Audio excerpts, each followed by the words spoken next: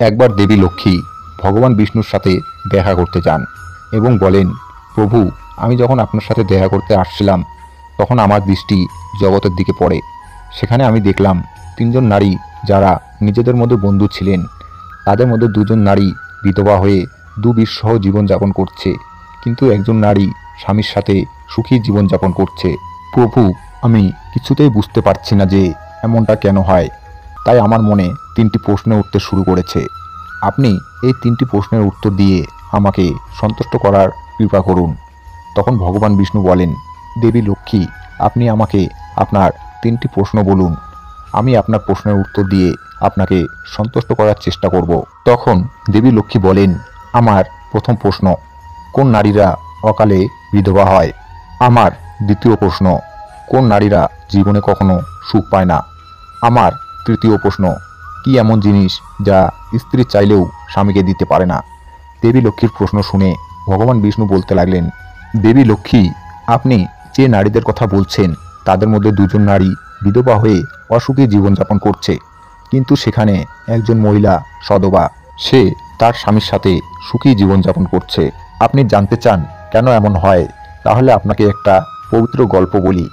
আপনি যদি এই পবিত্র গল্পটি মনোযোগ দিয়ে শোনেন তাহলে আপনি আপনার তিনটি প্রশ্নের উত্তর এই গল্পের মধ্যেই পাবেন। তাই অবশ্যই মনোযোগ দিয়ে পবিত্র গল্পটি সম্পূর্ণ শুনুন। আর যে এই গল্পটি মনোযোগ দিয়ে শেষ পর্যন্ত শুনে আমি তার 32টি পাপ ক্ষমা করি। তখন মাতা লক্ষ্মী বললেন, প্রভু, আপনি গল্প শুরু করুন, আমি অবশ্যই সম্পূর্ণ গল্পটি শুনব। তখন ভগবান বিষ্ণু বলেন, হে দেবী, আপনি তিনজন মহিলার মধ্যে যে সধবা মহিলার কথা বলছেন, যিনি তার স্বামীর সাথে সুখী জীবনযাপন করছে, সেই মহিলাটি আসলে একজন রাজার চাকরের স্ত্রী। সেই চাকরের তার স্ত্রীর প্রতি পূর্ণ আস্থা ও ভরসা আছে যে তার স্ত্রী পতিব্রতা। তাই তিনি তার সহকর্মীদের কাছে বারবার তার স্ত্রীর পতিব্রতার প্রশংসা করতেন। একদিন রাজার চাকর তার স্ত্রীর এত প্রশংসা করল যে সেই খবরটি ধীরে ধীরে রাজার দরবারে পৌঁছে গেল। তখন রাজা সেই চাকরকে ডেকে বললেন, তুমি সবাইকে বলছো তোমার স্ত্রী পতিব্রতা, তোমার স্ত্রী কি সত্যিই পতিব্রতা? রাজার কথা শুনে চাকর বলল, আমার পূর্ণ বিশ্বাস আছে এবং তার চেয়েও বেশি বিশ্বাস আছে যে আমার স্ত্রী সম্পূর্ণ পতিব্রতা। সেই সময় রাজার মহামন্ত্রী বলতে শুরু করে, আমি যদি তোমার স্ত্রীর পতিব্রতা ধর্ম নষ্ট করি তাহলে তোমার কি শাস্তি হবে? তখন চাকর বলল, আমার স্ত্রীর পতিব্রতা ধর্ম ভঙ্গ করতে পারলে আমাকে মৃত্যুদণ্ড দেবেন। কিন্তু মহারাজ, মন্ত্রী মহাশয়, কি জিনিস আনবো যাতে আমি বিশ্বাস করাতে পারি যে আমি তোমার স্ত্রীর পতিব্রতা ধর্ম ভঙ্গ করতে সফল হয়েছি? তখন চাকর বলল, মহামন্ত্রী, আমি আমার বিয়ের সময় একটি হাড়ি ও একটি সরা পেয়েছিলাম। আমার স্ত্রী সেগুলি খুব যত্ন সহকারে রেখেছে বিয়ের লক্ষণ হিসাবে। আপনি যদি আমার বাড়ি থেকে আমার বিয়ের সময় পাওয়া হাড়ি এবং সরা আনতে পারেন তাহলে আমি বিশ্বাস করব আপনি আমার স্ত্রীর পতিব্রতা ধর্ম ভঙ্গ করেছেন। তখন এই শর্ত মেনে নেওয়ার পর মন্ত্রী শহরে গিয়ে এক মহিলার সাথে দেখা করেন। সেই মহিলা ছিল খুব দুষ্টু প্রকৃতির। সে সর্বদা একে অপরকে ভেদ করার জন্য কাজ করতেন।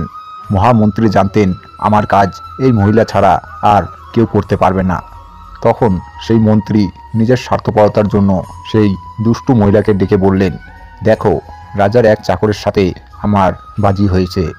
এই বলে সে তাকে বাজির সব কথা বলল। তুমি যদি যেইভাবেই হোক ওই চাকরের স্ত্রীর সাথে আমার যোগাযোগ করাতে পারো, আমি তোমাকে অনেক টাকা দেব। এইভাবে মন্ত্রীর কথা শুনে দুষ্টু মহিলা বলতে লাগলেন, ভাই, ওই মহিলার কথা বলবেন না। সেই মহিলা সম্পূর্ণ পতিব্রতা। আপনার কথা বললে সে আমার গায়ে থুতু ফেলবে এবং আপনার চামড়া খুলে নেবে। এরপর মন্ত্রী বললেন, ঠিক আছে, তুমি যদি আমাকে তার সাথে যোগাযোগ করাতে না পারো তবে আমার জন্য একটা কাজ করো। তার বাড়ি থেকে হাড়ি এবং ছড়া চুরি করে নিয়ে এসো এবং যদি তার স্ত্রীর গোপন জায়গায় কোনো চিহ্ন থাকে তাহলে সেটাও দেখে এসো।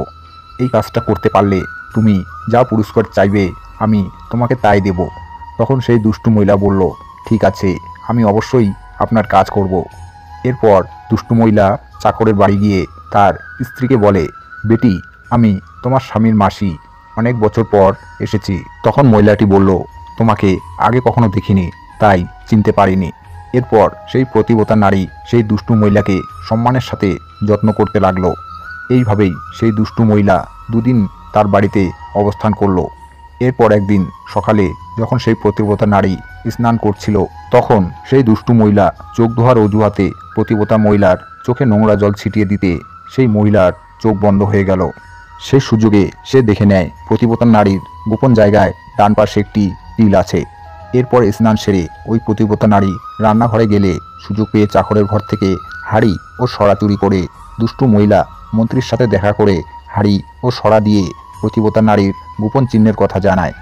মন্ত্রী সোজা রাজার দরবারে গিয়ে রাজাকে বলেন, মহারাজ, আমি চাকরের স্ত্রীর সাথে দুদিন কাটিয়ে এসেছি এবং এই হাঁড়ি ও সরা চাকরের স্ত্রীর হাত থেকে নিয়ে এসেছি। তখন রাজা চাকরকে দরবারে ডাকলেন। এরপর মন্ত্রীকে হাঁড়ি ও সরা দেখাতে বললেন এবং তার স্ত্রীর গোপন জায়গায় তিলের কথাও বলতে বললেন। তখন চাকর মেনে নিলেন, সত্যিই আজ আমার স্ত্রী প্রতিবতা ধর্ম ভঙ্গ করেছে। এরপর রাজা 15 দিন পর ফাঁসির তারিখ নির্ধারণ করলেন। এরপর রাজা চাকরকে ডেকে তার শেষ ইচ্ছের কথা জিজ্ঞেস করলেন। তখন চাকর বলল, আমি আমার স্ত্রীর সাথে শেষবারের মতো দেখা করতে চাই। তখন রাজা তাকে হুকুম দিলেন, ঠিক আছে, তুমি তোমার স্ত্রীর সাথে শেষবারের মতো দেখা করতে পারো। চাকরটি তার বাড়িতে গিয়ে তার স্ত্রীকে বলল, তুমি আমার ভরসায় বড় বিশ্বাসঘাতকতা করেছ। আমি তোমার ভরসায় মন্ত্রীর কাছে এমন শর্ত দিয়েছিলাম যে আপনি যদি আমার স্ত্রীর প্রতিবতা ধর্ম নষ্ট করতে পারেন তাহলে আমাকে ফাঁসি দেবেন। এখন 15 দিন পর আমাকে ফাঁসি দেওয়া হবে। আমার সাথে বিশ্বাসঘাতকতা করে তুমি ঠিক করোনি। তখন প্রতিবতা স্ত্রী তার স্বামীকে সব বলল, কিন্তু সে বিশ্বাস করল না এবং রাজার দরবারে পৌঁছে গেল। তখন রাজা তাকে আবার কারাগারে বন্দী করলেন। অন্যদিকে চাকরের প্রতিবতা ও ধার্মিক স্ত্রী ঈশ্বরকে স্মরণ করে নিজেকে ছদ্মবেশ ধারণ করলেন।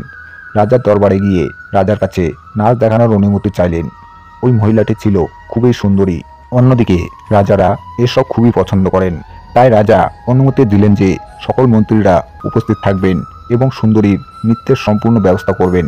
তখন সমস্ত রাজার দরবার, মহামন্ত্রী ও রাজা উপস্থিত ছিলেন এবং চাকরের স্ত্রী নাচতে শুরু করলেন। তখন রাজা সেই প্রতিবতার নাচ দেখে মুগ্ধ হয়ে বললেন, তুমি কি চাও?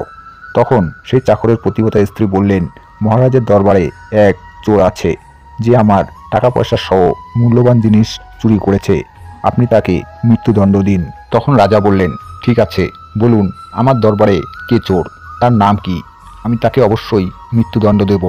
তখন সেই চাকরের প্রতিবতা স্ত্রী বললেন, মহারাজ, আপনার মন্ত্রী চোর, তাকে মৃত্যুদণ্ড দিতে হবে। তখন মন্ত্রী বললেন, মহারাজের শপথ করে বলছি আমি ওর কাছ থেকে কখনো চুরি করিনি। আজ পর্যন্ত কখনো ওর মুখ দেখিনি। আমি কিভাবে চুরি করতে পারি? সাথে সাথে প্রতিবতা স্ত্রী বলতে লাগলেন, মহারাজ, এই মন্ত্রী বলছে আমাকে চেনে না। তাহলে আপনি তাকে জিজ্ঞাসা করুন এই হাঁড়ি ও সরা কোথা থেকে এনেছে। আমি আপনার সেই চাকরের স্ত্রী, আপনি যাকে ফাঁসির আদেশ দিয়েছেন। এই মন্ত্রী যদি আমাকে না চেনে তাহলে কিভাবে আমার প্রতিবতার ধর্ম নষ্ট করতে পারে? আপনি আমার নিরাপদ স্বামীকে ফাঁসি দেবেন না। এরপর সেই চাকরের প্রতিবতা স্ত্রী রাজাকে বলেন, মহারাজ, আমি আমার স্বামীর নাম পর্যন্ত উচ্চারণ করি না। আমি কিভাবে আমার প্রতিবতার ধর্ম নষ্ট করতে পারি? এরপর ভগবান বিষ্ণু বলেন, দেবী লক্ষ্মী, এখন আপনি আপনার 3টি প্রশ্নের উত্তর শুনুন। আপনার প্রথম প্রশ্ন ছিল, কোন স্ত্রী অকালে বিধবা হয়?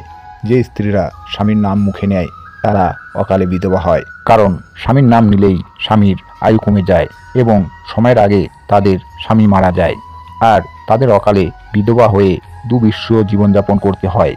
আপনি যে 3জন বন্ধুর কথা বলছিলেন তাদের মধ্যে 2জন ছিলেন বিধবা এবং একজন ছিলেন চাকরের স্ত্রী, যিনি একজন প্রতিবতা মহিলা ছিলেন এবং তিনি কখনো তার স্বামীর নাম উচ্চারণ করেননি।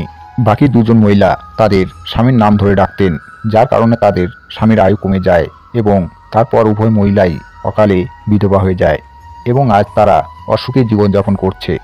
তাই মহিলাদের কখনোই তাদের স্বামীর নাম উচ্চারণ করা উচিত নয়।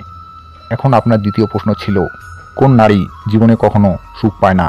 যে মহিলারা তাদের স্বামীর অনুমতি ছাড়া কোনো তীর্থস্থানে যায় তারা জীবনে কখনো সুখী থাকে না এবং তারা কখনো স্বামীর ভালোবাসা পায় না। এরপর ভগবান বিষ্ণু বলেন, আপনার তৃতীয় প্রশ্ন ছিল, কি এমন জিনিস আছে যা স্ত্রী চাইলেও তার স্বামীকে দিতে পারে না? একজন চরিত্রবান নারীরা কখনোই তার স্বামীকে গালি দিতে পারে না। যে নারী গালি দেয় সে কখনো চরিত্রবান নারী নয় এবং সে নারী সবসময় দুঃখ কষ্ট ভোগ করে।